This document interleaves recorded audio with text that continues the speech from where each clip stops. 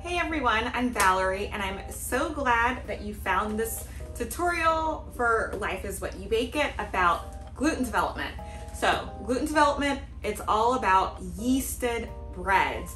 And when you are kneading that dough, whether you're kneading by hand or kneading with a stand mixer, you have to knead to a sufficient point so that all of those strands of gluten are developed, and that is what makes your bread chewy.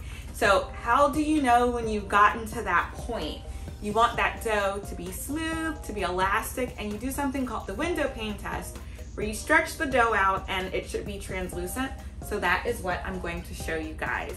So go ahead, get your ingredients in your mixing bowl, and let's get to mixing. Okay, so I want this to be smooth and elastic. It's been about 6 minutes. The recipe for this thing, it has a few more minutes to go. So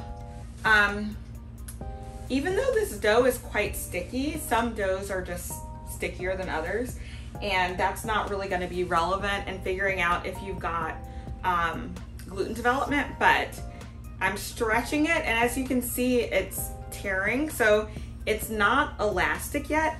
So I'm gonna let this continue. I don't even need to stretch it for the window pane test because we're not there yet, because just simply stretching it, it's tearing.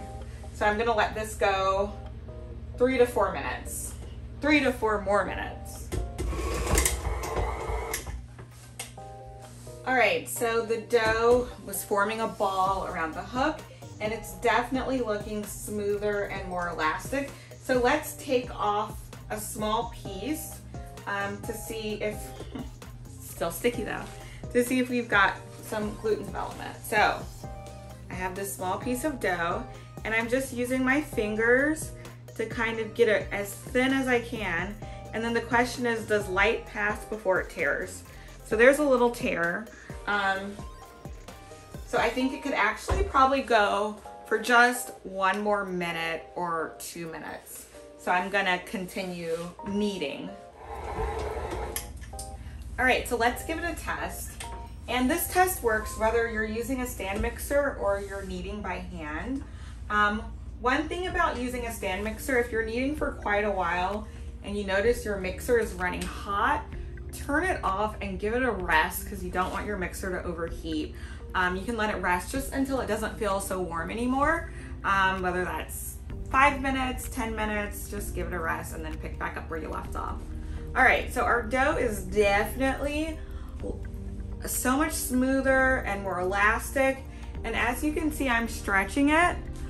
Light is going through and it's not tearing. So this tells me that we have sufficient gluten development and we're done with the kneading. I can let my dough rest now.